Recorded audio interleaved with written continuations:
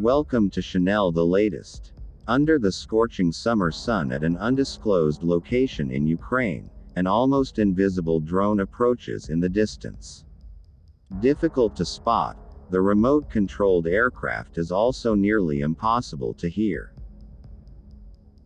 It's very stealthy, drone maker Valery Borovic says. We call this one vidsyich, Ukrainian word for repel. The vidsyich is what Borovic calls a combat drone, designed to attack Russian positions. Borovic is one of dozens of drone developers that have sprung up all over Ukraine. A first wave appeared when Russia first occupied Crimea and parts of the Donbass in 2014, and another 8 years later when Moscow launched its full-scale invasion. Unmanned aerial vehicles, UAV, were first deployed to help artillery locate Russian targets, and now, many believe they are being used to hit targets well inside Russian territory. Borovic says he and his team developed the vidsyich for use in combination with other surveillance drones they have also built. It has a range of 40 kilometers and can carry a warhead of 2 to 3 kilograms, he says. We mostly concentrate our attacks on very expensive Russian equipment. Borovic says his company is in the process of upscaling its production after signing a deal with a factory in Ukraine, which would increase production from 50 drones per month to over 1,000. And they have several models, of all shapes and sizes. His operation is just one small part of an industry built on Ukrainian ingenuity and survival instinct, which the country's government and military are keen to support. Ukrainian and foreign UAV makers rock up early at an open field in the outskirts of Kyiv, to take part in a drone competition organized by the Ministry of Digital Transformation.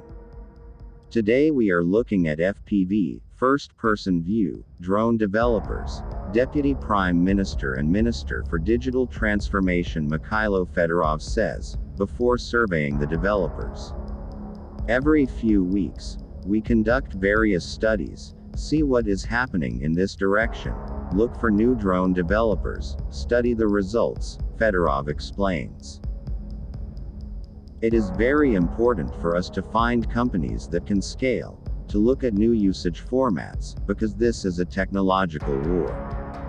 The event puts drone makers to the test, forcing their creations to demonstrate their capabilities in attacking ground targets, chasing fixed-wing drones and even drone dog fights. It attracts the sort of crowd you would expect to see at a gaming or tech convention. Geeky, alternative and mostly way too young to have any combat experience. But age is but a number, especially when it comes to patriotism. When Russia invaded, Ukraine had fewer tanks, planes, and missiles, but drones are cheap and relatively easy to produce. All qualities that Fedorov says have helped the aircraft become a game changer for the country's war effort. FPV drones are becoming more and more relevant on the front line because it's an opportunity to do a targeted strike, helping narrow the focus of artillery, he explains. So we need tens of thousands of FPV drones every month. It's part of a government initiative called Army of Drones, which has relaxed import restrictions and taxes for drone technology, spurring the development of a local industry to better supply the country's military.